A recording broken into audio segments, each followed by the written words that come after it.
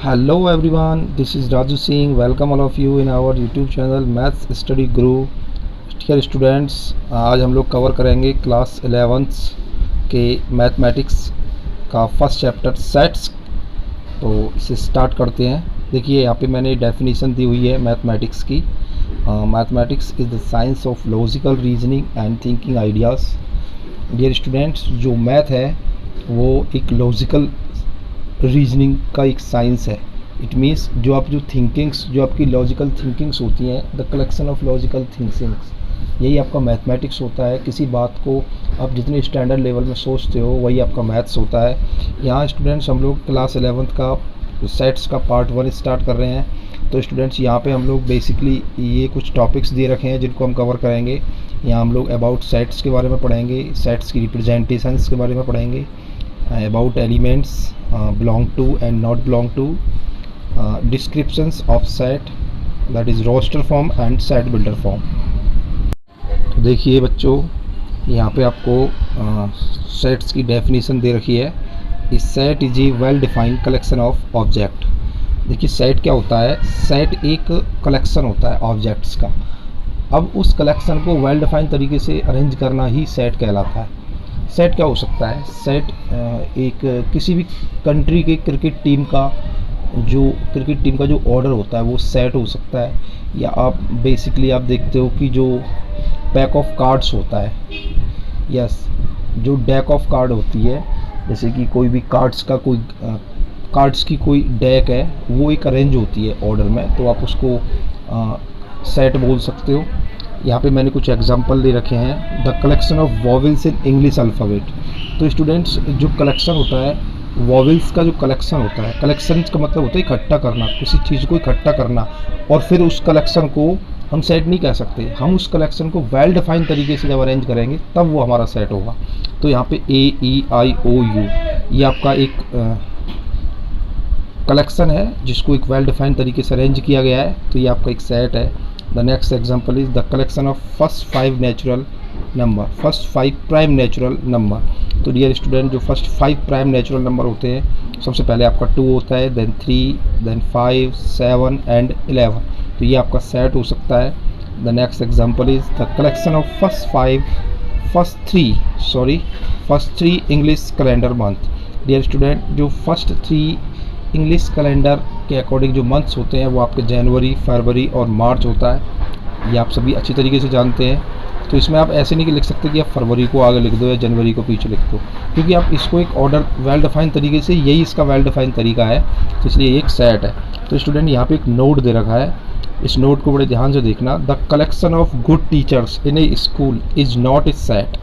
देखिए, किसी स्कूल में आप अगर गुड टीचर्स का कलेक्शन कर रहे हो तो ये कलेक्शन तो है, आप किसी भी स्कूल के टीचर्स को एक पेज पर नोट कर सकते हो, बट उनको गुड, इनकी एक क्वालिटी को डिफाइन करना, you can not find that, because किसी की भी क्वालिटी को, ये एक वैल्यू टर्म है जो कि वेल डिफाइंड नहीं है। सभी के लिए सभी टीचर्स की क्वालिटी अलग अलग होती है, और सभी, कोई किसी को गुड मानता है, कोई किसी को गुड मानता है। इसलिए dear students, since the term good teachers is a value and it is not well defined, इसको वेल डिफाइंड तरीके से अरेंज नहीं किया जा सकता। लेकिन अगर आप यहाँ से ये गुड हटा देते हो, when ever the collection of all teacher in A school is a set, but अगर आप यहाँ से ये गुड हटा देते हो तो इसमें से ये क्वालिटी खत्म हो जाती है, फिर एक सिर्फ कलेक्शन बचता है टीचर्स का। तो आप उसको किसी भी तरीके से आप अरेंज कर सकते हो। टीचर्स को आप उनकी क्वालिटी के अकॉर्डिंग या आप अपने माइंड सेट से उनको किस तरीके से अरेंज कर सकते हो, तो ये आपका एक सेट का एग्जांपल होगा। बट गुड टीचर्स आप लगाओगे तो एक सेट नहीं होगा। जैसे कि आप ये मान लो, the most dangerous animal in the world, क्या ये सेट है? ये सेट नहीं है, क्योंकि छोटे से छोटा जानवर या छोटे से छोटा एनिमल भी अपने आप में डेंजर हो सकता है। एक छोटी सी चींटी एक बड़े हाथी की जान ले लेती है, ये आप अच्छी तरीके से जानते हो। तो ये एक सेट नहीं है। Dangerous is a value term, it is not well defined. But आप ये बोलते हो the collection of all animal in the world, तो ये एक आपका सेट हो सकता है, क्योंकि सारे वर्ल्ड में से आप एनिमल्स को कलेक्ट कर सकते हो, बट उनकी एक क्वालिटी जो है डेंजरियस, उसको आप अरेंज नहीं कर सकते। तो डियर स्टूडेंट, आई होप ये आपके समझ में आ गया होगा। तो इस तरीके से ये हमारा, इसका जो फर्स्ट हमारा पॉइंट था सेट के बारे में, सेट की थ्योरी के बारे में जानना, ये हमारा कंप्लीट हो चुका है। अब हम बात करते हैं कुछ शॉर्ट रिप्रेजेंटेशंस के बारे में, जो कि सेट की कुछ शॉर्ट रिप्रेजेंटेशंस हैं। देखिए बच्चों, यहाँ पे मैंने एक कैपिटल एन से, ये कैपिटल एन एक रिप्रेजेंटेशन है, it is the representation of family. ये अपनी एक फैमिली को रिप्रेजेंट कर रहा है कैपिटल एन, जो कि for the set of natural number है। जब भी आप सेट ऑफ नेचुरल नंबर्स की बात करोगे 1 to इन्फिनिटी, ये आपका कैपिटल एन से रिप्रेजेंट होगा। कैपिटल जेड रिप्रेजेंट करेगा for the set of integers, जो इंटीजर्स होते हैं नेगेटिव एंड पॉजिटिव, जितने भी इंटीजर्स हैं विद जीरो, वो आपका सभी जेड को रिप्रेजेंट करेंगे। और जेड पॉजिटिव रिप्रेजेंट करेगा for the set of all positive integer. जी हाँ, ऑल पॉजिटिव इंटीजर्स, यानी 1 2 3 4 5 डॉट डॉट डॉट, ये इस तरीके से जितने भी इंटीजर्स हैं ये जेड पॉजिटिव के माध्यम से रिप्रेजेंट होंगे। और जो कैपिटल क्यू है वो रिप्रेजेंट करेगा for the set of all rational number. All rational number के सेट को रिप्रेजेंट करने वाला है आपका क्यू। और क्यू पॉजिटिव रिप्रेजेंट करेगा for the set of all positive rational number. देखिए, आप जानते हैं रेशनल नंबर किसे कहते हैं। डियर स्टूडेंट, जो रेशनल नंबर होते हैं वो पी अपॉन क्यू की फॉर्म में होते हैं, और जिनका क्यू डिनोमिनेटर जो होता है वो जीरो नहीं होना चाहिए, which is not equal to zero. तो ये आपके रेशनल नंबर हो सकते हैं। उसके बाद स्टूडेंट, आर जो है it is very important. R is a very important, क्योंकि अभी आप 11th में स्टडी कर रहे हो, 11th और 12th में आपको ये बहुत ज़्यादा देखने को मिलेगा capital R. It is the set representation of all real number. ये आपके ऑल रियल नंबर को रिप्रेजेंट करेगा, जिसमें दुनिया के सारे नंबर्स आ जाएंगे सिर्फ कॉम्प्लेक्स नंबर को छोड़ के। अगला है capital C, for the set of all complex number. देखिए, आपने रियल नंबर पढ़ रखा है 10th क्लास में, रेशनल नंबर पढ़ रखा है, rational, integer, natural, whole, coprime, prime, सभी नंबर आपने पढ़ रखे हैं। But dear student, complex number की जो स्टडी आप लोगों को करनी है, it is the most important difference between 10th and 11th class. ये आपका 11th क्लास का 5th चैप्टर जब आप पढ़ोगे तो आप कॉम्प्लेक्स नंबर की स्टडी के बारे में पढ़ोगे। बेसिकली यहाँ पे आप सिर्फ इसकी रिप्रेजेंटेशन के बारे में ध्यान दें कि इसकी जो रिप्रेजेंटेशन है वो कैपिटल सी से रिप्रेजेंट होगी। और आर पॉजिटिव रिप्रेजेंट करेगा for the set of all positive real number. इसमें देखो, इसमें आपके पॉइंट वाले नंबर भी आ सकते हैं और इंटीजर्स में आपके पॉइंट वाले नंबर नहीं आ सकते। आई होप स्टूडेंट्स की ये शॉर्ट रिप्रेजेंटेशन आपकी समझ में आ गई होगी। अब हम बात करते हैं इसकी नेक्स्ट स्टेप के बारे में। देखिए स्टूडेंट, यहाँ पे मैंने एक सेट लिया हुआ है। एक बात आप ध्यान दीजिए, ये सेट को हमेशा कैपिटल लेटर से ही रिप्रेजेंट करेंगे, चाहे आप कोई सा भी लेटर लें, बस उसको रिप्रेजेंट करने के लिए आपको कैपिटल लेटर ही लेना पड़ेगा। ए इज कल टू, देखो ये करली ब्रैकेट ओपन है और ये करली ब्रैकेट क्लोज है। करली ब्रैकेट आप पे बनाना आता होगा, मुझे उम्मीद है कि आप इस तरीके से ये करली ब्रैकेट बना सकते हैं। इस तरीके से इस करली ब्रैकेट को ओपन करना है और इस तरीके से आप इसको क्लोज कर सकते हैं। तो डियर स्टूडेंट, यहाँ पे एक सेट ले रखा है जो 1 2 3 4 5 नंबर्स, 5 इसमें नंबर्स ले रखे हैं। तो मैं आपको ये बताना चाहता हूँ कि जितने भी नंबर्स इसके अंदर आ रहे हैं करली ब्रैकेट के अंदर, इन्हें आप एलिमेंट्स बोल सकते हैं, इन्हें आप मेंबर्स बोल सकते हैं, या इन्हें आप ऑब्जेक्ट बोल सकते हैं।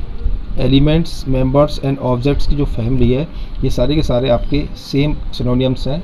और एंड ए, ये जो कैपिटल ए है, ये एक सेट होगा। ये एक सेट जब होगा जब इसको एक करली ब्रैकेट के अंदर कॉमा लगा के नंबर्स को सेपरेट किया जाएगा, तो ये आपका एक सेट होगा। तो यहाँ पे जो नोट दे रखा है इसको ध्यान से देखिए। Set is represented always by capital letter and elements by small letter. हमेशा किसी भी सेट को रिप्रेजेंट करने के लिए कैपिटल लेटर का यूज़ करना है, और जितने भी आपके एलिमेंट हैं उनके लिए आप स्मॉल लेटर्स का यूज़ कर सकते हैं। अब देखिए, हमने बात करी थी आपसे बिलोंग टू के बारे में। तो डियर स्टूडेंट, ये आपका बिलोंग टू है और इसका सिंबल ये है। इस तरीके से ये थोड़ा मूव टाइप का होता है, ई, और इस तरीके से आप इसको बना सकते हो बिलोंग को। देखिए, ऑलवेज यूज़ फॉर एलिमेंट, इसका यूज़ हमेशा एलिमेंट्स के लिए होता है। अब मैं आपको समझा देता हूँ कि क्या होता है। मान लो ये आपका कोई गिवन सेट है बी, कैपिटल बी से मैंने इसे रिप्रेजेंट किया है, और करली ब्रैकेट के अंदर कॉमा से मैंने कुछ नंबर्स और कुछ लेटर्स को सेपरेट किया हुआ है, ए बी 1 2 एंड 3। तो स्टूडेंट, बिलोंग टू का मतलब क्या है। मान लो ये कोई स्मॉल ए है, एक एलिमेंट है, तो हम लिख सकते हैं कि ए बिलोंग टू बी। बी का मतलब है एक सेट, किसी सेट के अंदर आने वाले एलिमेंट्स को रिप्रेजेंट करने के लिए बिलोंग का यूज़ करते हैं। ऐसे ही बी बिलोंग टू बी, ये स्मॉल बी है, ये कैपिटल बी है, इसका मतलब है ये एलिमेंट को रिप्रेजेंट कर रहा है, इसका मतलब है एक सेट को रिप्रेजेंट कर रहा है। 1 belong to B, 2 belong to B, 3 belong to B. और देखो, बट एक करली ब्रैकेट के अंदर मैंने बी सेट के कुछ एलिमेंट्स को लेकर एक सेट बनाया, ए और बी को लेकर, और मैंने इसको बंद कर दिया, is not belong to B. फिर आप इसे बिलोंग टू नहीं बोलेंगे, फिर इसे नॉट बिलोंग टू बोलेंगे, क्योंकि अब ये एक अपने आप में सेट हो गया है। ये एक अपने आप में एक सेट है जो कि एलिमेंट नहीं है। लेकिन अगर आप सिर्फ ए और बी की बात करोगे सेपरेट, तो ये बिलोंग टू में आएंगे। अगर इसे कर्ली ब्रैकेट के अंदर लेंगे तो एक सेट हो जाएगा, और सेट के लिए हम बिलोंग टू का यूज़ नहीं करते हैं। तो इस तरीके से आप लिखेंगे, so A comma P is a set and this set is not belong to B. Not belong to में आपको बिलोंग टू बनाना है और फिर उसको कैंसिल आउट कर देना है इस तरीके से। तो स्टूडेंट्स, नेक्स्ट स्टेप की बात करते हैं, description of set. This is very important point of this part कि सेट को एग्जैक्टली डिस्क्रिप्ट कैसे किया जाता है। These are two form to represent any set, roster form और tabular form, and the second is set builder form. किसी भी set को रिप्रेजेंट करने के लिए बेसिकली दो फॉर्म्स को आपको यूज़ करना है, जिसमें से आप फर्स्ट फॉर्म का नाम है रोस्टर फॉर्म और टेबुलर फॉर्म भी इसे बोल सकते हैं, और स्टूडेंट सेकंड फॉर्म है सेट बिल्डर फॉर्म। तो देखिए, सबसे पहले हम रोस्टर फॉर्म की स्टडी के बारे में बात करते हैं। रोस्टर फॉर्म क्या होती है?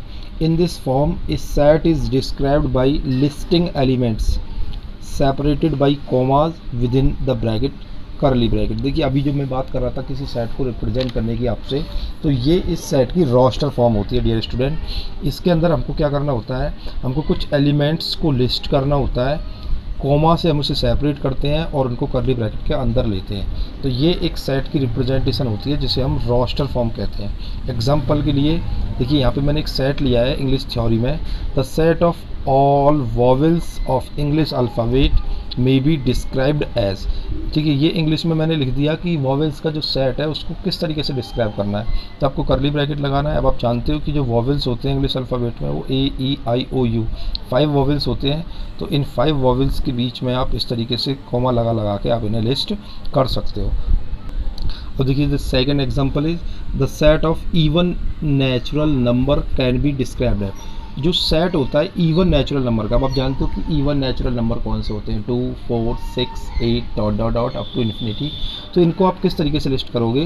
देखो, set of even natural number, यहाँ पे आप ये आपको स्टार्टिंग तो पता है कि 2 से होगी, बट आप ये जा रहा है इन्फिनिटी तक, क्योंकि इसने यहाँ पे इसको ये एक पार्टिकुलर फॉर्म में नहीं दिया है कि आपको यहाँ तक नंबर लेना है, तो इसलिए आप इसे डॉट डॉट डॉट से रिप्रेजेंट कर सकते हो।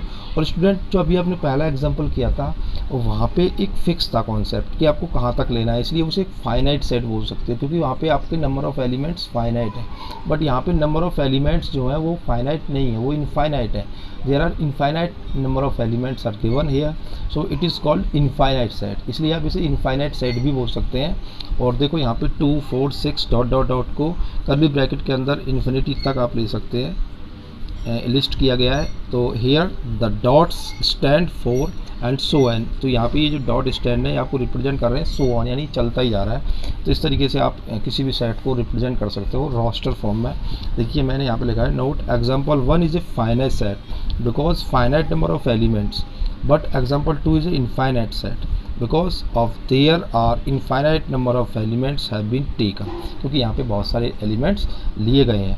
आई होप डियर स्टूडेंट ये आपकी समझ में अच्छे तरीके से आ गया है। अब बात करते हैं इसके नेक्स्ट डेफिनेशन के बारे में। देखिए, ये है इसकी next set builder form. Set builder form, in this form इस set is described by a characterising property. किसी भी सेट को उसकी एक कैरेक्टर के बारे में रिप्रेजेंट करना है। पी ऑफ एक्स, किसी भी प्रॉपर्टी को पी ऑफ एक्स के रूप में लिखना है, of its element of x. In such case, देखिए ये थोड़ा टिपिकल है, the set is described by, किसी भी सेट को इस तरीके से डिस्क्राइब करना है, आपको इस तरीके से उसे एक्स लिखना है, सच that P of X hold. P of x का मतलब है यहाँ पे आप उसके पार्टिकुलर कैरेक्टर के बारे में रिप्रेजेंटेशन दोगे, और आप या तो उसे ऐसे लिख सकते हैं सच दैट के रूप में, या आप उसे इस तरीके से कर्ली ब्रैकेट ओपन, देन आप एक्स लगाएंगे, फिर इसे होल्ड करेंगे, पी ऑफ एक्स होल्ड।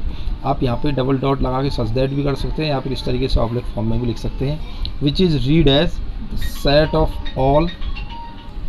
तो इस तरीके से आप इसे लिख सकते हैं, which is read as the set of X such that P of X hold. यहाँ पे जो पी ऑफ एक्स होल्ड करेगा द सिंबल इस या तो इस तरीके से रिप्रेजेंट करेगा ये, या फिर इस तरीके से रिप्रेजेंट करेगा, और दोनों ही केसेस में आप इसको क्या रीड करोगे, सच दैट रीड करोगे। देखिए, इसका एग्जांपल से आप इसे बड़ी आसानी से समझ सकते हैं। यहाँ पे एक एग्जांपल लिया हुआ है, the set E of all even natural number, of all even natural. Even natural का मतलब होता है 2 4 6, आप जानते हो।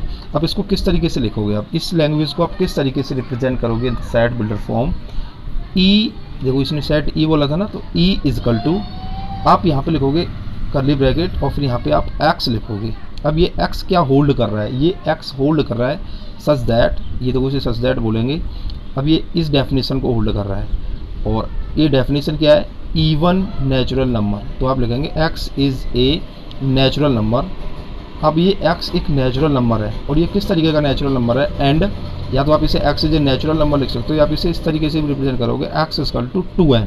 तो ये देखो ये 2 है ना, ये इसका कैरेक्टर है कि वो इवन है। और आप अच्छे तरीके से जानते हो, आप किसी भी नंबर में अगर 2 से मल्टीप्लाई कर रहे हो तो वो क्या कैरेक्टर रिप्रेजेंट करेगा, वो रिप्रेजेंट करेगा नेचुरल नंबर्स का character. This property, this is a unique part. आपने फंडामेंटल थ्योरम ऑफ अर्थमेटिक पढ़ा था क्लास 10th में, वो किसी भी डेफिनेशन का एक फंडामेंटल होता है कि ये आप 2 से मल्टीप्लाई करोगे किसी भी नंबर को तो वो इवन नंबर हो जाएगा 2n। तो यहाँ पे n बिलोंग टू आपका कैपिटल N होगा, कैपिटल N का मतलब वो नेचुरल नंबर्स को रिप्रेजेंट कर रहा है। देखिए, या फिर आप इसे इस तरीके से लिख सकते हो, e equal to is set of x such that x belong to n, यानी यहाँ पे जो x है वो ऑल नेचुरल नंबर्स को रिप्रेजेंट कर रहा है, coma x is equal to 2n, और फिर ये x नेचुरल नंबर्स में से लेना है और फिर ये 2n, x equal to 2n का मतलब है all natural numbers even natural numbers where n belong to n। या आई होप ये आपकी समझ में आ गया होगा। देखिए एक एग्जांपल मैंने आप लिया हुआ है, द सेट ए, मान लो ये कोई सेट है 1 2 3 4 5 6 7 8 एलिमेंट्स इसके अंदर है, कैन बी रिटन एज। अब आप इस सेट को, ये देखो ये मैंने टेबुलर फॉर्म में लिया है, ठीक है।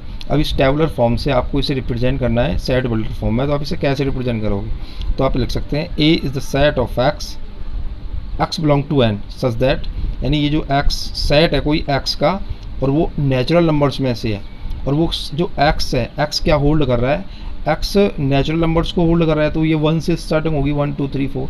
अब ये 8 के या तो इक्वल है या 8 से लेस देन है, इट मीन्स आपको नेचुरल नंबर्स तो लेने हैं, x का मतलब है नेचुरल नंबर्स, बट आपको वो नेचुरल नंबर लेने हैं जो या तो 8 है या 8 से लेस देन है। तो 8 से लेस देन में आप कौन से नंबर लिख सकते हो, 8 7 6 5 4 3 2 1। अब 1 से पहले आप 0 तो ले नहीं सकते क्योंकि 0 तो नेचुरल नंबर होता ही नहीं है। तो इस तरीके से आप इसकी प्रॉपर्टी को डिफाइन कर सकते हैं। देखिए मैंने यहाँ पे एक नोट लिया गया है, ये इस पार्ट से बिल्कुल अलग है। इस नोट में बताया गया है इन ए टेबुलर फॉर्म या रोस्टर फॉर्म, जो भी आप रोस्टर फॉर्म होती है जिसमें आप एलिमेंट्स को लिस्ट करते हो, उसमें a element is not taken more than 1 time. उसमें आप एक बात ध्यान रखें, जब आप सेट के बारे में बात कर रहे हो तो किसी भी सेट में कोई भी एक एलिमेंट रिपीट नहीं होना चाहिए। कोई एलिमेंट रिपीट नहीं होता है, अगर कोई एलिमेंट रिपीट हो रहा है तो वो वेल डिफाइंड सेट नहीं है। एग्जाम्पल में describe the given set in roster form, देखो यहाँ पे एक लैंग्वेज एक स्टेटमेंट लिया हुआ है, अब आपको इसे रिप्रेजेंट करना है रोस्टर फॉर्म में। तो ये क्या है, A is the set of all letters, ये कोई सेट ऑफ ऑल लेटर है, लेटर्स को रिप्रेजेंट कर रहा है A. In the word mathematics, mathematics MATHEMATICS, तो ये आपका मैथमेटिक्स के लेटर्स का एक सेट बनाना है।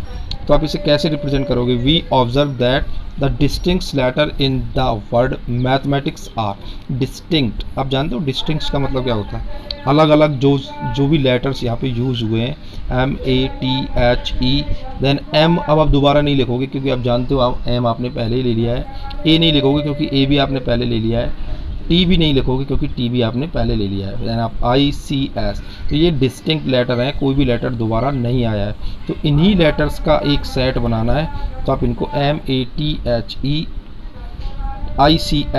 ये आपके डिस्टिंक्ट लेटर का सेट होगा और ये एक वेल डिफाइंड सेट होगा क्योंकि मैथमेटिक्स के लेटर्स को रिप्रेजेंट ये कर रहा है। तो इस तरीके से ये इसका ये पार्ट 1 कंप्लीट होता है, जिसमें हमने एक्सरसाइज 1.1 का इंट्रोडक्शन पढ़ा है। अब आप इस इंट्रोडक्शन के बेसिस पर एक्सरसाइज 1.1 बड़े आराम से कर लोगे डियर स्टूडेंट। यहाँ पर हमने आपको इसके collection of sets, representation, belong to, not belong to, description of set के बारे में स्टडी कराई है। अगले एक्सरसाइज में हम बात करते हैं टाइप्स ऑफ सेट के बारे में। अगर ये वीडियो आपको पसंद आई है, अच्छी लगी है, तो आप हमारे इस चैनल को सब्सक्राइब करें और लाइक एंड शेयर भी करें अपने फ्रेंड्स के साथ, इसे शेयर करें, कमेंट्स करें और अगली वीडियो का वेट करें। Okay, thank you dear student.